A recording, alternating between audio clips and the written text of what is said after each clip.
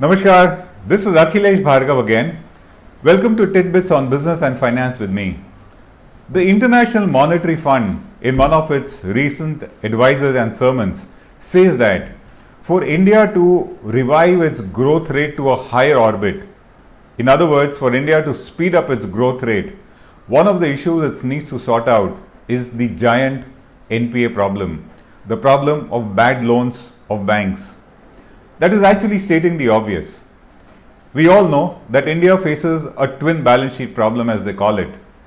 A twin balance sheet problem where the lender, that is a bank, as well as the borrower, both face a deep financial crisis. The bank has no capacity to lend and the borrower has no eligibility to borrow. Both are in a deep financial crisis. If we have to talk politically, this crisis was not created overnight. It has been in the making for the last 10 years.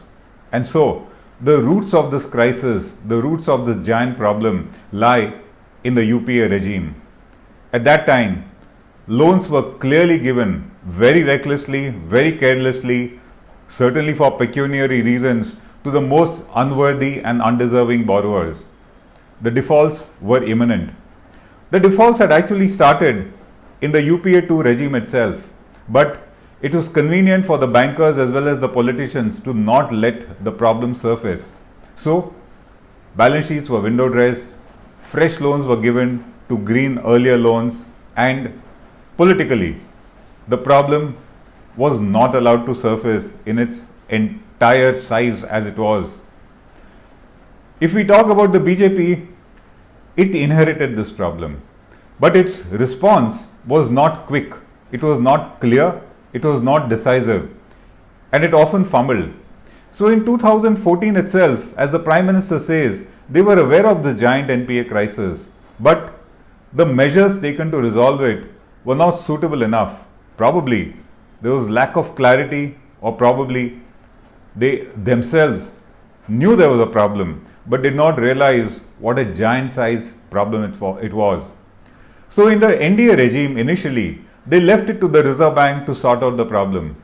So banks got into something which they were very happy doing, restructuring and postponing the liability and the loss all over again.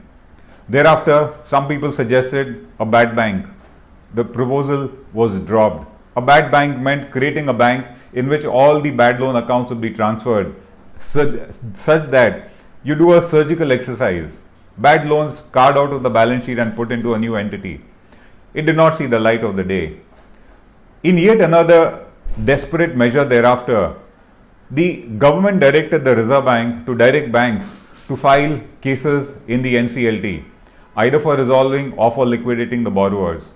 It was promised that under the law, resolution will happen within 270 days at the most. It did not happen. So the NCLT proposal also did not resolve the problem as it was promised at that point of time. In the meanwhile, the government and its agencies started hounding bankers. It started hounding borrowers too, but it is the bankers who are hounded more. The banking system just went in a coma. When all this failed, again in the last few months, somebody started suggesting a bad bank. It again did not see the light of the day. In the meanwhile, as the problem's gravity was very clear, and it was very clear that it is becoming a drag on our economic growth, the government set up another committee headed by the PNB chairman, what it called Project Sashakt. Project Sashakt was set up as a committee of bankers to come out with recommendations for solutions to this giant crisis that India faces. The recommendations came out yesterday, and to us, it is old wine in new bottle. What are the recommendations? The committee says that for loans up to 50 crores, which have gone bad, which is the SME sector, the small and medium enterprises sector, for those loans, it says that the government will come out schemes to formulate revival of these units, because the entire thinking of Project Sashakt is try to revive the units, try to turn them around so that jobs are protected, jobs are created, and national assets do not go waste. So for the small enterprises, they propose to formulate schemes in respective verticals to revive units, which would also include probably giving them fresh loans. Those schemes are not yet known. It is just principally that they are stating that let us try to come out with schemes to revive them. The devil always lies in the details, and we do not know the details. At the second level, that is for loans from 50 to 500 crores, the committee says that within a time-bound program of 180 days max, they will try to come out with a solution. The lead banker will be authorized to recommend a solution to turn around the unit. They also propose to use the expertise and help of turnaround specialists so that units which can be turned around are turned around, and those which cannot be will be put into liquidation. The time period set is 180 days, and these schemes would be implemented provided at least 2/3 of the lending banks agree to it. So that's yet another scheme, and we have seen these kind of things happen by way of restructuring in the past, and they have not succeeded as far as revival of the units are concerned, and the loans have remained bad. In the bigger loan variety, which is 500 crores and above, the bank committee, Project Shashakt, says that they will initiate a situation where the loans are auctioned by way of a market mechanism. Funds will be welcome to buy these loans. Funds would be welcome to fund asset restructuring companies to buy these loans, which they say thereafter would be given to asset management companies. Companies which would manage these assets, that is, manage these units. They would use experts, they would use turnaround specialists and try to revive these units such that national assets are not wasted and the units become viable to repay the bank loans. These kind of restructuring mechanisms have been often done in the past and they have failed miserably.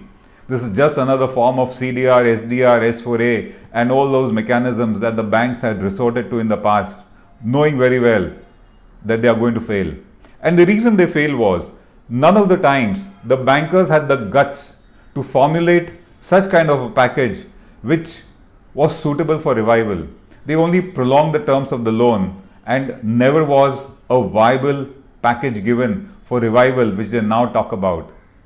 A turnaround package would actually mean coming to a situation where the borrower is given a very viable loan situation, and that viability means probably haircut, probably prolonging the loan repayment terms, probably a soft rate of interest and probably additional loans, which in today's times I do not think any banker would have the guts to do.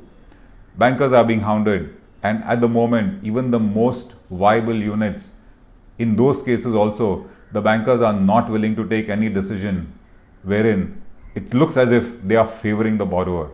Because as we saw in the case of the Bank of Maharashtra episode, bankers were just picked up by the state police and put into jail. The charges against them were even not clear or set. In such a scene, whether the bankers will have the guts to formulate schemes for revival, for turnaround, where they are seen to be assisting the borrower, is a big question mark. What is missing in all this is, we think, the simplicity of the solution. A simple solution would be, as far as willful, fraudulent defaulters are concerned, just hound them, punish them and ensure that the stringent and the strictest measures are used to recover loans from them or to punish them.